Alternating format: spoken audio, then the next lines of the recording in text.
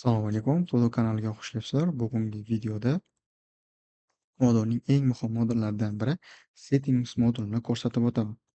Agar siz Odoni yangi o'rnatgan bo'lsangiz yoki birinchi marta ishlatayotgan bo'lsangiz, bu videoni albatta oxirigacha ko'rishingiz kerak bo'ladi. Chunki bu yerda qilinadigan sozlamalar keyingi barcha modullar uchun asos bo'lib xizmat qiladi. Keling unda Odoga kirib olamiz. Odoga kirganinglarda pastroqda mana Settings modul bor. Shu modulni chekirib olasizlar. Kirganinglarda sizlarda ushbu oyna hosil bo'ladi va bu oynada tanishtirib chiqadigan bo'lsam, nimalar bo'ladi? Settingsda, ya'ni nimalar joylashgan? Yuzerlarni sizlar nastroyka qilishingiz mumkin bo'ladi. Undan keyin language, kompaniya, ya'ni mavjud kompaniyani informatsiyasini update qilish yoki kompaniya qo'shish. Undan keyin modullarda ishlatiladigan jarayonlar, ya'ni unit of measure, email va hokazo. Shu kabi jarayonlar. Settingsda eng asosiy kerak bo'ladigan qism nima kerak bo'ladi? User, ya'ni yangi yuzerlar ochish, mavjud yuzerlarning aksesini to'g'irlash kerak bo'ladi. Settingsga kirganinglarda undan tashqari mana chap tomonda menyular turibdi. Ya'ni a, qaysi modulni nastroyka qilishinglarga qarab. General settings bu umumiy settings hisoblanadi. Undan keyin har bitta modul uchun alohida bo'lim ochilgan va o'shanga kirsanglar, mana Events'ga kirsanglar, Event uchun kerak bo'ladigan nastroykalarni ko'rishingiz mumkin. CRMga kiradigan bo'lsanglar, bu yerda CRMga aloqador bo'lgan hamma nastroykalar turadi. Va Accountingga kirsanglar, Accountingga aloqador bo'lgan nastroykalar kiradi. Va xohlasalar mana Accountingga kirib, masalan, currency'ni o'zgartirasizlarmi? O'shani bosib, currency'ni o'zgartirib ko'rsataman misol sifatida. Users adashmasam so'm qo'shilmagan bo'ladi. Qo'shilgan ekan.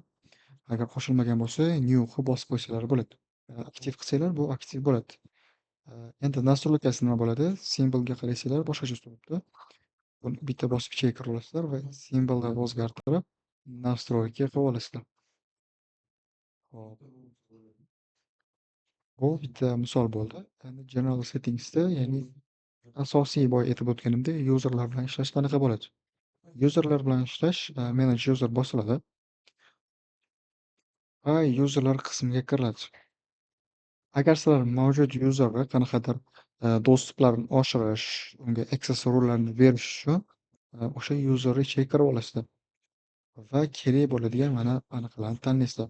Quality'ga user kerakmi yoki administrator kerakmi yoki accounting administrator kerakmi yoki accounting umuman dostуп kerak emasmi, shularni belgilab, saqlash tugmasini bossanglar saqlanadi.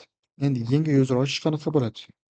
New tugmasini bosib olasizlar va bu yerga ismini yozasizlar. Loginga pochtasini yozasizlar.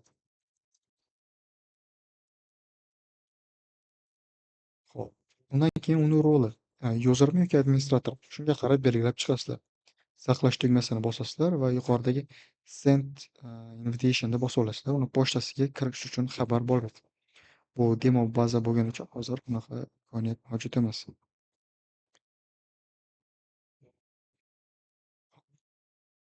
Endi yana bitta muhim tarafi bor. Pastroq tushsanglar Active Developer Mode bor. Ya'ni sizlar developer tarafidan kirib olasizlar. Bitta bosasizlar, debug yoqiladi. Yuqorida ko'rib turibsizlar.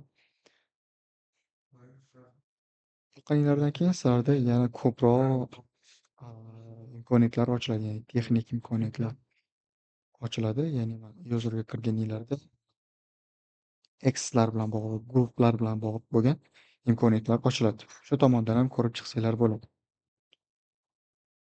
Umumiy olganda settings haqida boshlang'ich tushunchaga ega bo'ldinglar.